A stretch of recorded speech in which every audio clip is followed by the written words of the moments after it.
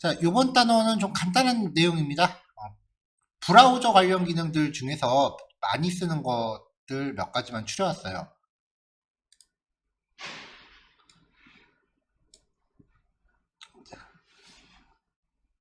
자, 윈도우 객체가 갖고 있는 기능 중에 가장 대표적인 게 새 창 열기 기능이에요. 네, 클릭했을 때 새로 탭을 여는 기능, 그 다음에 팝업 창 여는 기능이요. 닫기 기능도 있고요. 클릭할 때마다 팝업 창을 새로 열게 할 수도 있고요. 이렇게요. 아니면은 한번 띄워놓은 팝업 창을 다른 사이트로 열어놓고요. 네, 한번 띄워놓은 팝업 창을 재사용할 수도 있습니다.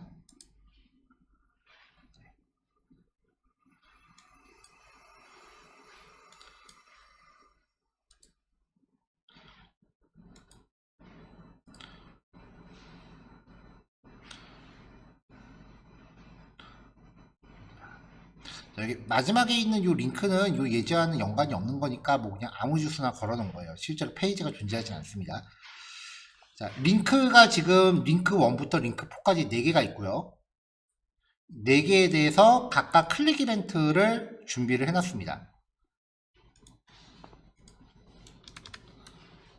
자, 첫 번째 기능부터 볼게요. 여기는 짧아요. 윈도우 객체가 갖고 있는 오픈 함수예요. 여기에다가 이동하고 싶은 페이지 주소를 넣으면은 요 페이지로 새 창 내지는 요즘은 새 탭을 띄워요. 그럼 이제 open.html이라는 페이지는 간단해서 요거는 제가 포함을 안 시켰는데요.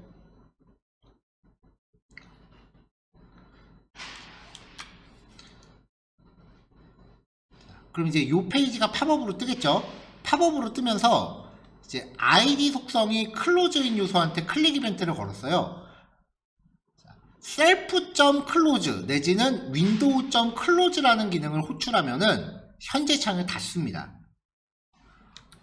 그래도 통일성을 보여준다면 그냥 window.close로 처리하는 게 더 낫겠네요.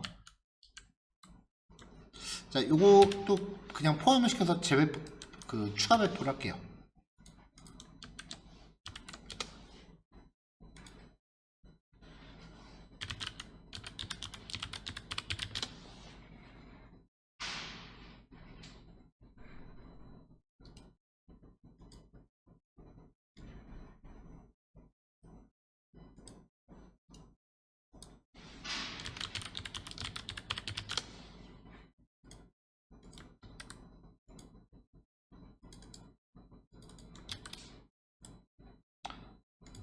새창 열기랑 새창 닫기 기능 살펴봤고요. 자, 그 다음에 두 번째 링크를 볼게요. 이 window.open 함수에 파라미터를 추가하는 거예요.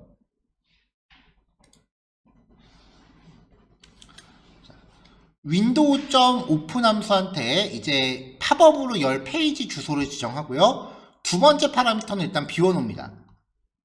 그리고 세 번째 파라미터가 문자열로 좀 길게 들어가는데요.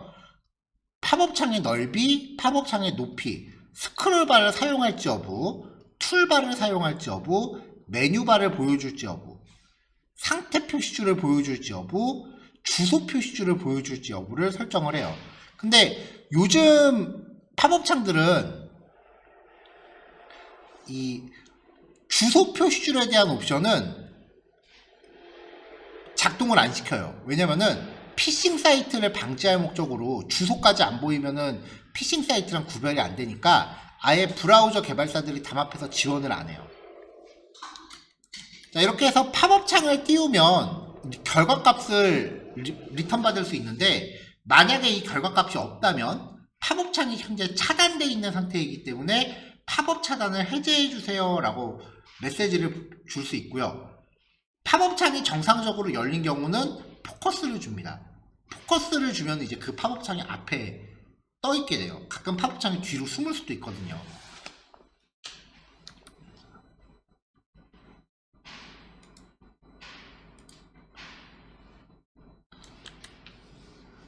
자, 이번에는 마찬가지로 window.open을 똑같이 썼는데요.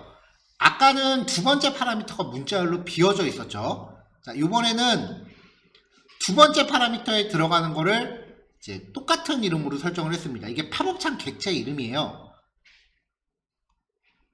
그러면 기존에 떠있는 팝업창이 myWin이라는 창이 없으면 창을 새로 띄워요. 근데 여기를 클릭하면 이제 팝업창이 뜨면서 얘가 이름이 myWin이 된단 말이에요. 또 다른 팝업창을 띄우면서 이름을 지정했을 때 같은 이름의 팝업창이 이미 작동을 하고 있으면 그 팝업창을 재사용해요. 그러니까 여기 이름이 없으면은 매번 새 창이 뜨는 거고, 요 이름을 지정을 해주면은 팝업창 하나를 계속해서 재사용하는 거고요. 이름이 같은 애들끼리는.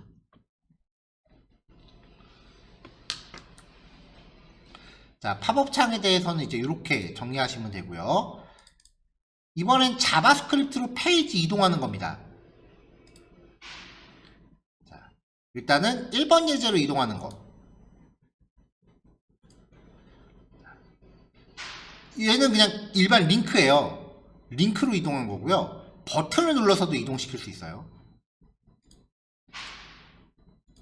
자, 그 다음에 새로 고침. 여기 제가 일부러 현재 시간을 출력해 놨거든요. 페이지를 새로 고침을 시킵니다.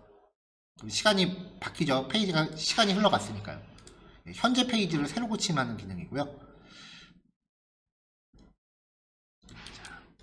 자, 그 다음에 이제 브라우저의 히스토리, 뒤로 가기, 앞으로 가기 버튼이 활성화가 돼 있을 때만 쓸 수 있는 기능인데요. 히스토리 기능이에요. history.forward, history.back입니다. 지금 여기서는 뒤로는 갈 수 없고 앞으로만 갈 수 있으니까 얘를 누르면 요 버튼을 누른 것과 같은 기능이 돼요.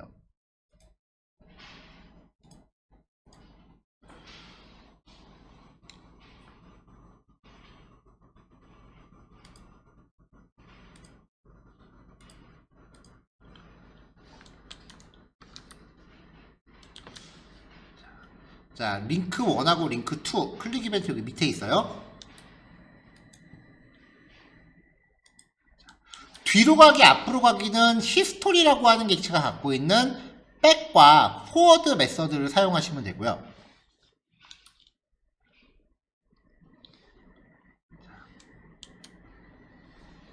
자, 그 다음에 자바스크립트로 페이지 이동을 강제로 발생시킬 때는 window.location 내지는 window.location.href라고 하는 프로퍼티에다가 이동할 페이지의 주소를 할당하시면 됩니다. 그럼 자바스크립트가 강제로 페이지 이동을 해요. 새로 고침은 window.location.reload라는 메서드 호출하시면 됩니다. 뭐 별로 어려운 기능들은 아닌데 얘네들이 이제 간간히 쓰일 때가 좀 자주 있기 때문에 정리해 놓으시면은 유용하게 쓰실 거예요. 자, 17단원은 이제 요게 끝이고요. 18단원 여기부터 좀 중요해집니다. 여태까지 우리가 배웠었던 자바스크립트를 슬슬 정리하기 시작을 할 거예요. 여태까지는 예제들을 전부 HTML 안에다가 이렇게 같이 작성을 했잖아요. 근데 CSS에서도 우리가 같은 이야기를 했었는데 이제 HTML 안에 이렇게 작성을 하면 코드가 HTML 파일에 완전히 종속이 돼버리죠. 똑같은 기능을 다른 페이지가 써야 되면 이제 재사용이 안 되니까 자바스크립트도 별도의 파일로 뽑아 놓습니다. 이때는 파일의 확장자가 JS로 들어가요. 이런 식으로 분리해 놓은 형태를 모듈이라고 합니다. 모듈은 재사용을 목적으로 프로그램 소스 코드를 외부 파일로 분리한 형태고요. 자바스크립트 파일을 별도의 확장자가 JS인 파일을 작성하시면 HTML이 그 파일을 참조해서 쓸 수 있습니다. 이 자바스크립트 파일 보면은 document.queryselector.shapTitle id가 타이틀인 요소에다가 안녕하세요 라는 메시지를 출력하게 돼 있어요.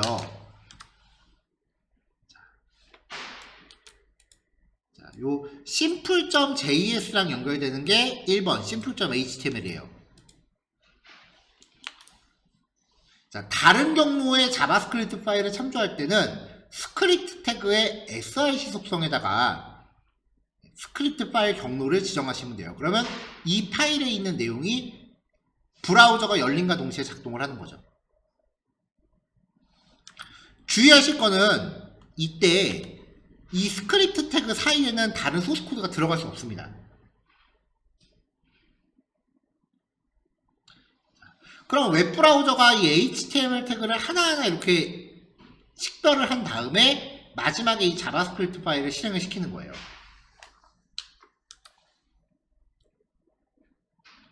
그래서 얘를 실행을 하면 자바스크립트에 코딩된 대로 h1 태그에 안녕하세요 라고 들어가요. 자, 그럼 우리가 처음 자바스크립트 시작했을 때 봤던 것처럼 스크립트 태그를 앞쪽에다 놓으면요,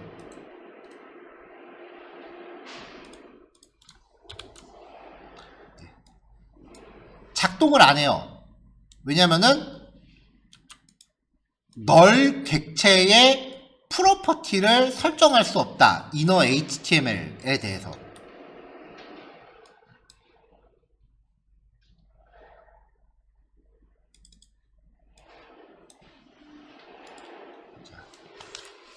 웹브라우저가 HTML을 여기까지만 해석하고 자바스크립트를 실행하기 때문에 현재 시점에서 웹브라우저가 인식하고 있는 HTML은 요만큼이란 말이죠.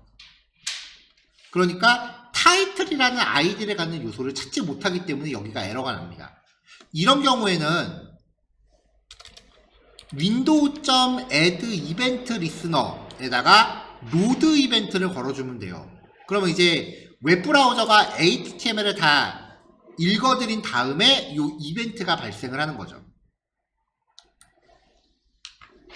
이렇게 하면 이제 에러가 해결이 됩니다. 안녕하세요 나왔죠. 자, 그러면 자바스크립트가 맨 마지막에 있다면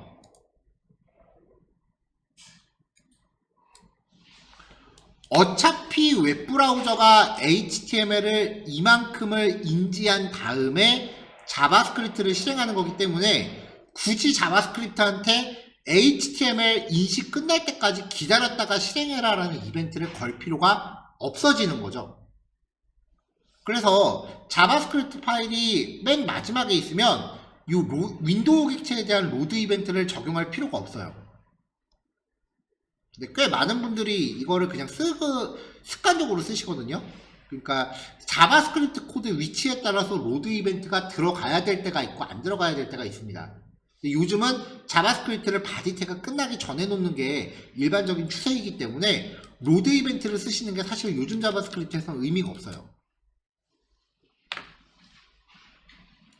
자, 스크립트 파일을 참조해서 쓰는 방식이었고요. 자, 그 다음은 이제 function.js입니다. 가장 일반적으로 쓰는 모듈 형태일 거예요. 함수를 만들어 놓는 거죠. 이런 식으로 함수를 플러스, 마이너스, 타임스, 디바이드라고 4개의 함수를 만들었어요. 그럼 이제 HTML 파일에서 이벤트가 발생했을 때 이 함수들을 호출하게끔 처리를 해주는 거예요. 자, 2번 function.html입니다.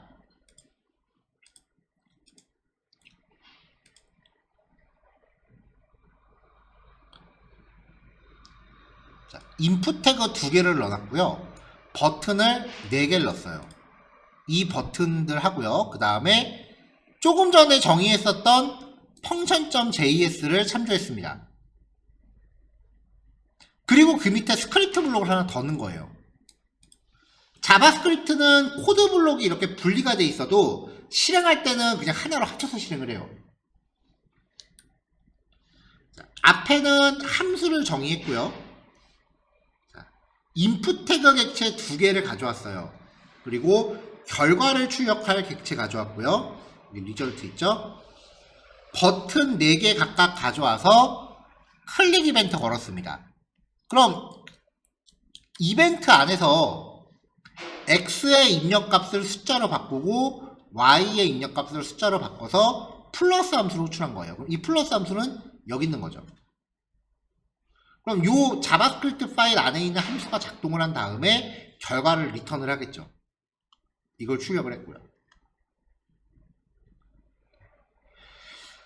핵심적인 부분들은 이제 함수로 만들어서 이렇게 파일 참조 스타일로 해놓으면은 이제 여기 있는 함수들은 모든 HTML이 이렇게 src 속성으로 참조해서 필요할 때 호출할 수 있게 되는 거죠.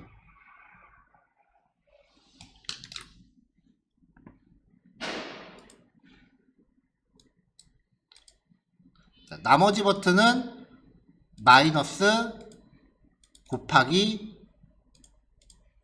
나누기를 전부 구현을 한 거고요.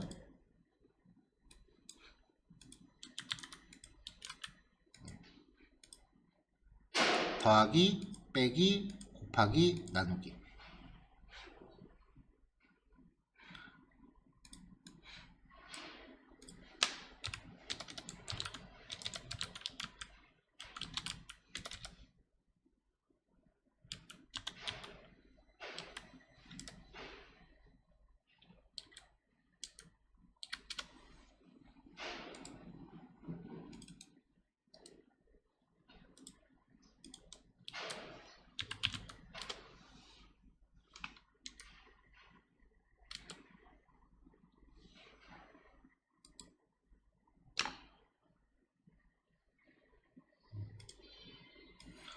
자, 실제로 실제 운영되는 사이트들의 이제 소스 코드를 열어보면 이건 메가스터디 IT 아카데미 홈페이지 주소인데요. 이게 확장자가 자바스크립트로 찾아지는 것들을 보면은 이렇게 직접 만든 것 같은 이렇게 파일들이 있어요. common.js 뭐 요거 한번 열어볼게요. 그러면은 이제 다른 데서 호출할 것 같은 기능을 이렇게 함수 단위로 짰잖아요. 제일 일반적인 케이스가 이렇게 함수 단위로 만들어 놓는 거예요. 이제 요 함수를 HTML에서 이렇게 참조해서 호출하는 식으로 만든다. 이게 일반적인 케이스의 모듈합니다.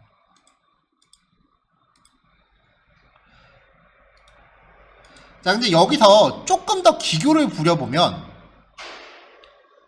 객체 스타일로 만들 수 있어요. 객체를 만들기 위해서 정석적인 방법은 클래스를 정의하고 그 클래스의 객체를 new 키워드로 만드는 건데, 요즘은 함수형 프로그래밍이 대세이기 때문에 굳이 클래스를 만드실 것까지는 필요 없거든요. 그러면 이제 클래스를 제외하고 객체의 가장 심플한 형태가 JSON 객체예요. my라는 이름의 JSON 객체를 정의하고요. my name에는 그냥 문자열 변수를 놨습니다. 그리고 KOR과 ENG라고 하는 키에는 각각 익명함수로 이렇게 기능을 연결해 놨어요. 전체적으로 JSON이기 때문에 사이사이에 콤마로 구별해줘야 된다는 특성이 있는 거 잊지 마시고요. 마지막 콤마는 넣어도 문제 안 됩니다. 그러면 이 안에 있는 기능들을 쓰고 싶을 때 my.myname 이라고 하는 값은 이제 요 문자열 변수인 거고요. my.kor은 함수인 거죠. eng도 마찬가지고요.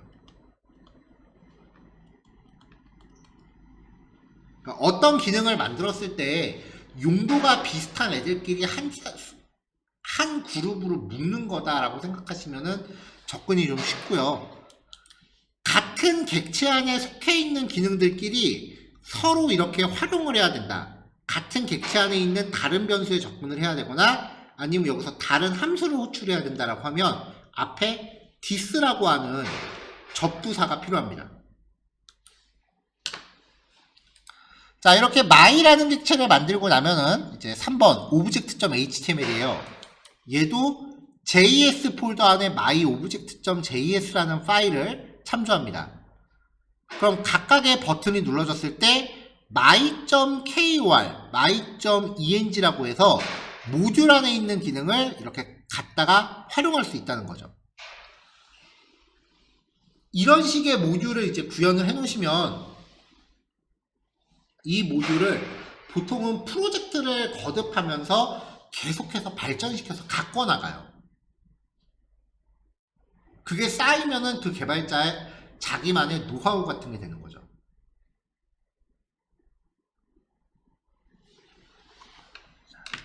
자, 여기까지가 이제 모듈에 대한 좀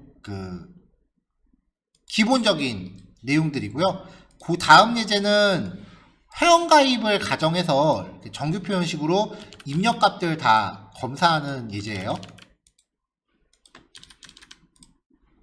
뭐 이런 식으로 이제 입력값을 하나하나 검사하는 루틴이기 때문에 예제 스토리 라인이 좀 길어요. 그래서 여기서 잠깐 끊었다 가려고 합니다. 지금 4시 12분인데요.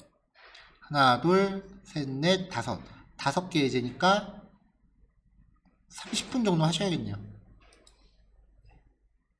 15분. 네, 5시에 뵙겠습니다, 그냥.